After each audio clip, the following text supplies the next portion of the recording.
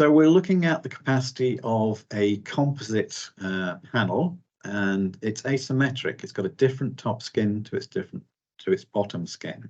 So the top skin is aluminium, and it's a 0.9mm thick aluminium. The bottom skin is the usual 0.59mm thick grade 300 steel.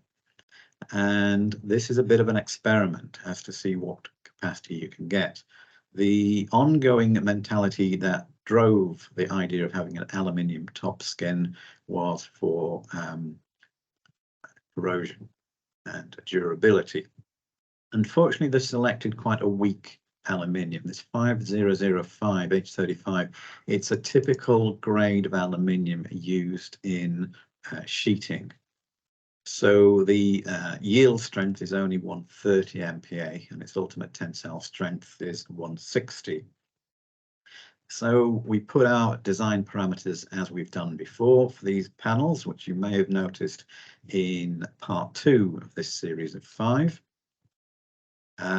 But because it's asymmetric and it's composite, we need to use a transformed section. So here's a little diagram taken from a textbook that explains how a composite section works.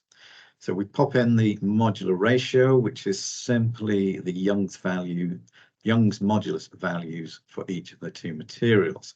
So what I'm doing here is turning the steel into aluminium in effect. We need to find out the depth of the neutral axis because it's asymmetric, and by using the parallel axis theorem we can calculate the second moment of area about the neutral axis. This gives you an elastic moment capacity depending on whether you're looking at the top or the bottom, and so this is going to be your governing because it's much smaller than the top in there. Moving on, we can look at wind pressures, and again we've got our table with low, medium, high wind zones from NZS 3604, giving you wind speeds from 32 to 35. We can also pick out the difference between the ultimate wind speed and the serviceability wind speed from 1170 part 2. And from our table of speeds, we can get our wind pressures. So we're creating another little matrix here of an array of wind pressures in kPa based on the equation from 1170 part 2.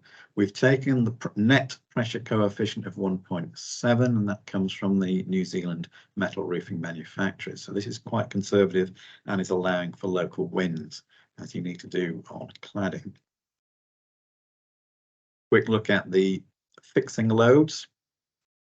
So what you're doing is taking the load in the fixing for each of the wind speeds. And if you look at it again under a continuous or a two-span continuous, the central support will have a significantly higher load in it because of that continuity. Quick look at the bending moments, shear forces and the deflections. And the reason I've done that is to show you that the capacity, the applied bending moment compared to the capacity, in this case it's the elastic capacity, is well within. In the worst case of the extra high wind load, we're at 47%. Same with shear force at 49% and deflection at 36%.